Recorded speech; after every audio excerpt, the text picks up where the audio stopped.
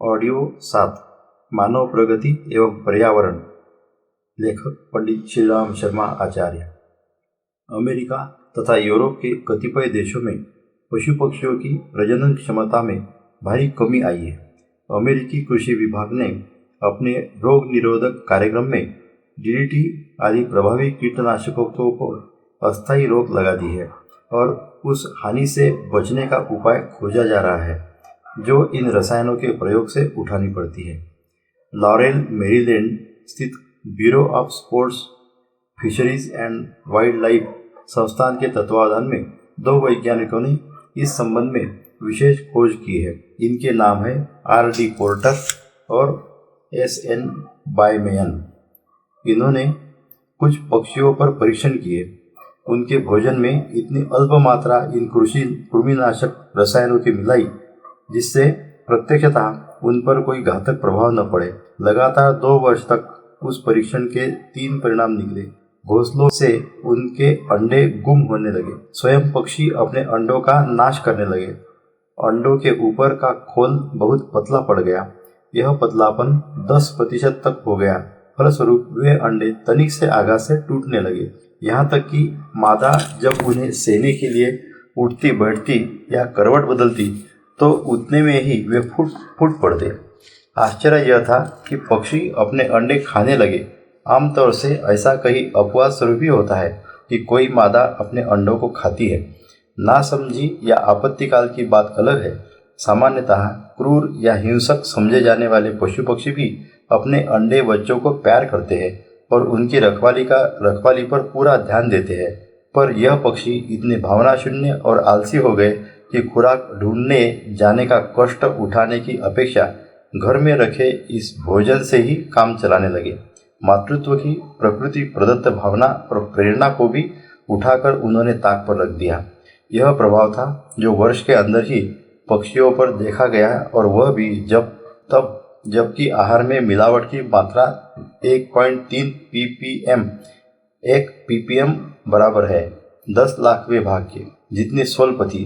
अंडों की संख्या का घटना, उनका छोटा और हल्का होना तो प्रत्यक्ष ही था।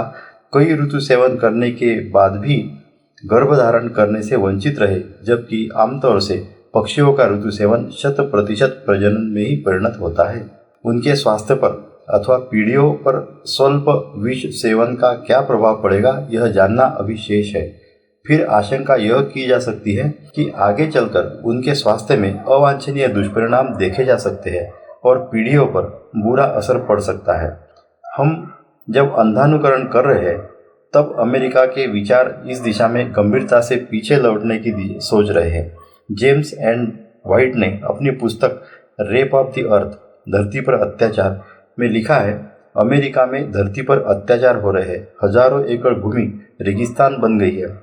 एड्रेन वेल ने अपनी पुस्तक खेत के लोग, मैन ऑफ द फील्ड्स में लिखा है, रासायनिक खाद देकर पैदा की हुई चीजें देखने में चाहे कितनी सुंदर और आकर्षक लगे, उनमें प्राकृतिक खाद के समान ओज, सत्व और जीवन शक्ति नहीं है। पर गरीब किसान के अनुभव को कौन पूछता है?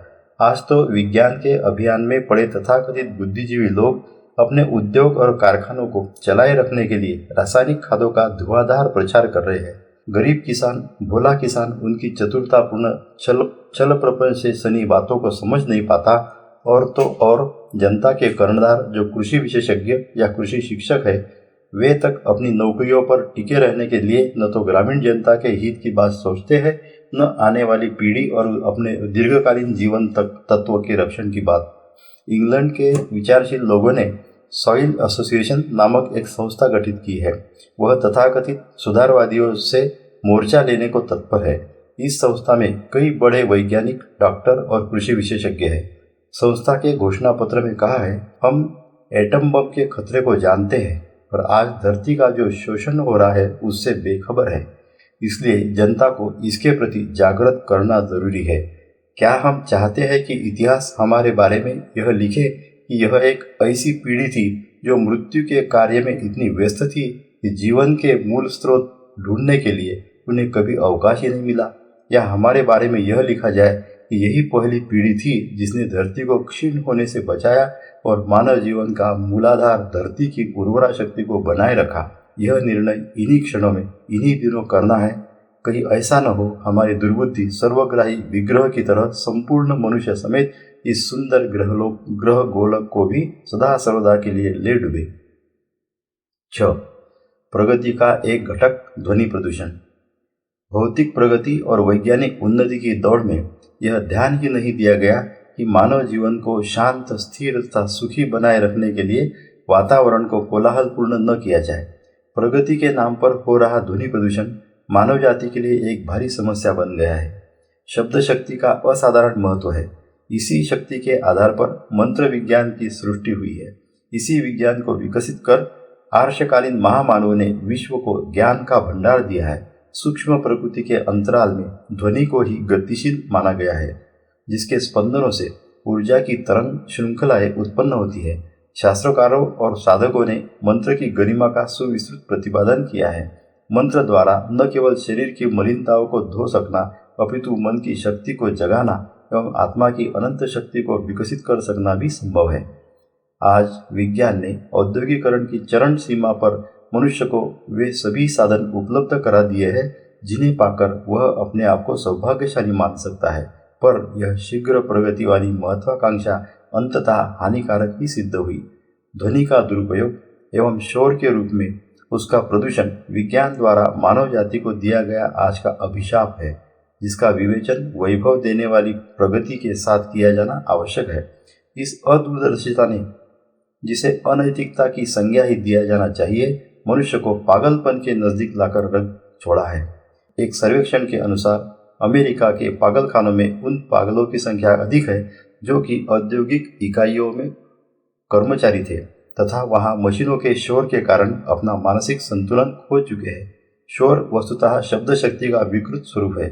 उसी का परिष्कृत स्वरूप मंत्र शक्ति, संगीत आदि के रूप में मानसिक एवं शारीरिक स्वास्थ्य पर सुखद प्रभाव डालता है।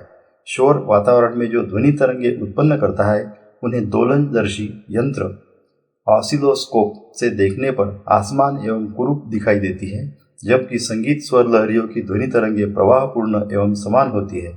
शोर विचारों की श्रृंखला को तोड़ देता है तो संगीत एकाग्र, तन्मय होने में सहायक होता है। 15 वर्ष पूर्व नोबेल पुरस्कार विजेता जीवाणुशास्त्री रॉबर्ट कॉक ने यह भविष्यवाणी की थी कि एक दिन ऐसा आएगा जबकि मनुष्य को अपने स्वास्थ्य के दुष्टतम शत्रु शोर से ही लड़ना होगा। वह समय वस्तुतः आ चुका है। वैज्ञानिक भाषा में वायु अथवा द्रव के अणुओं के बीच की दूरी के घटने बढ़ने से ध्वनि पैदा होती है। अणुओं के बीच की औसत दूरी के कम होने को विरलन कहते हैं। इन दोनों के युग्म को ध्वनि युग्म कहते हैं। इस ध्वनि के कम अधिक होने पर शोर उत्पन्न होता है। शोर अथवा ध्वनि की व्यापक इकाई को डेसिबल नाम दिया गया है। इस पैमाने के आधार पर शून्य ध्वनि तीव्रता का वह स्तर है जहाँ से ध्वनि सुनाई देना आरंभ होती है। पेड़ों की पत्तियों की ध्वनि 40 डेसिबल का शोर उत्पन्न करती है। टेलीफोन पर वार्तालाप करने से 70 डेसिबल तथा सामान्य वार्तालाप से 40 डेसिबल का शोर उत्पन्न होता है। सड़क पर भारी वाहनों के आवागमन से 80 डेसिबल तथा रेल की पहियों की धड़धड़ाहट से 90 डेसिबल का शोर पैदा होता है। हड़ताल, जुलूस आदि से 100 डेसिबल तथा कारखानों में मशीनों की आवाज़ से 120 डेसिबल का शोर होते देखा गया है। जेट यान के उड़ने से 150 एवं विस्फोट के समय रॉकेट के छूटने से 170 डेसिबल का शोर होता है। ज्ञातव्य है कि कानों में मात्र 80 से 85 डेसिबल तक की ध्वनियों को ही सुनने की क्षमता होती है। इससे ऊपर की क्षमता की ध्वनि घातक होती है। शोर संबंधी उपरयुक्त आंकड़ों से स्पष्ट है कि हम आज ऐसे वातावरण में रह रहे हैं जिससे शारीरिक स्वास्थ्य पर भी प्रतिकूल प्रभाव पड़ रहा है एवं मानसिक क्षमताओं पर भी। आज द्रुतगामी वायुयानों, सुपरसोनिक ट्रांसपोर्ट ने विश्व को एक छोटा महाद्वीप बना दिया है, जहां कुछ ही घंटों में कोई भी व्यक्ति इस कोने से उस कोने में पहुंच सकता है। समय की इतनी बचत विश्व को किस कीमत पर मिल रही है, इसका भी अनुमान सबको होना चाहिए। तेज विमानों की पराध्वनि गति वायुमंडल की ओजोन परत को क्षति पहुंचाती है। यही कारण है कि पर्यावरण के लिए हानिकारक पराबैंगनी किरणों का आगमन धरती पर अधिक होने लगा है। सामान्यतः इन किरणों को जो जीवधारियों के शरीर पर हानिकारक प्रभाव डालती है, ओजोन की परत रोक लेती है। त्वचा के कैंसर से लेकर आनुवंशिक रोग इन्हीं के कारण अधिक होते हैं और चिकित्सकों के अनुसार आज इन्हीं रोगों की बहुलता है। शोर का कारण ये विमान ही नहीं, आज की शहरी सभ्यता के प्रधान अंग कल कारखाने एवं सड़कों पर दौड़ने वाली द्रुतगामी वाहन भी है। ग्रामीण सभ्यता की शांति को भूल हर व्यक्ति शहर को ही भागता दृष्टिगोचर हो रहा है। शहरों की परिधियां बढ़ती चली जा रही है एवं यही वातावरण भारतीय गांवों को भी अपने चंगुल में ले रहा है। मात्र तुरंत लाभ की दृष्टि से उठाया गया हर कदम हानिकारक होता है।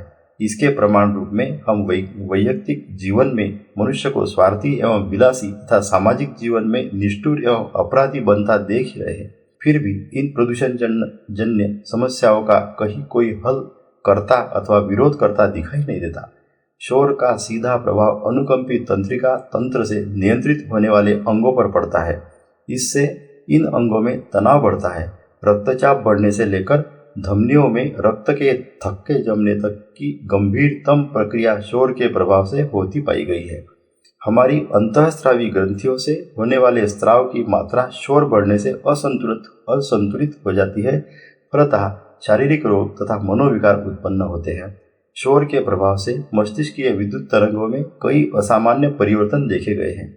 एक प्रयोग से अमेरिकी वैज्ञानिकों ने यह निष्कर्ष निकाला है कि 120 डेसिबल से तीव्र ध्वनि का प्रतिकूल प्रभाव गर्भवती महिलाओं के स्वास्थ्य एवं आने वाली नई संतति के विकास पर पड़ता है। 85 डेसिबल शोर से व्यक्ति क्रोधित हो उठता है एवं 140 डेसिबल पर कम सुनाई देने लगता है। 175 डेसिबल के ऊपर शोर पर प्रायोगिक जंतु मर जाते हैं। मनुष्य के कान का पर्दा फटने से हमेशा के लिए बहरापन आ जाता है। शहरों में 50 वर्ष से अधिक की आयु के अधिकांश व्यक्तियों की सुनने की क्षमता में भारी कमी पाई गई है, जबकि दक्षिण अफ्रीका में आज भी शोर प्रदूषण से दूर रहने वाले अधिकांश व्यक्ति एक दूसरे से काफ़ी दूर होने पर भी बिना तेज बोले बातचीत कर लेते हैं। न्यूयॉर्क के डॉक्टर सैमुअल रोजेन का कथन है कि शहरों में होने वाले ध्वनि प्रदूषण के प्रभाव से आंखों की पुतलियां फैलने लगती है, त्वचा पीली पड़ जाती है, आंतों में ऐंठन होने लगती है तथा श्लेष्म झिल्लियां निचुड़ने लगती है। फ्रांस में एक प्रयोग के उपरांत यह देखा गया कि कार्यालय में होने वाले शोर में 20 डेसिबल की कमी से 9% काम अधिक होने लगा है।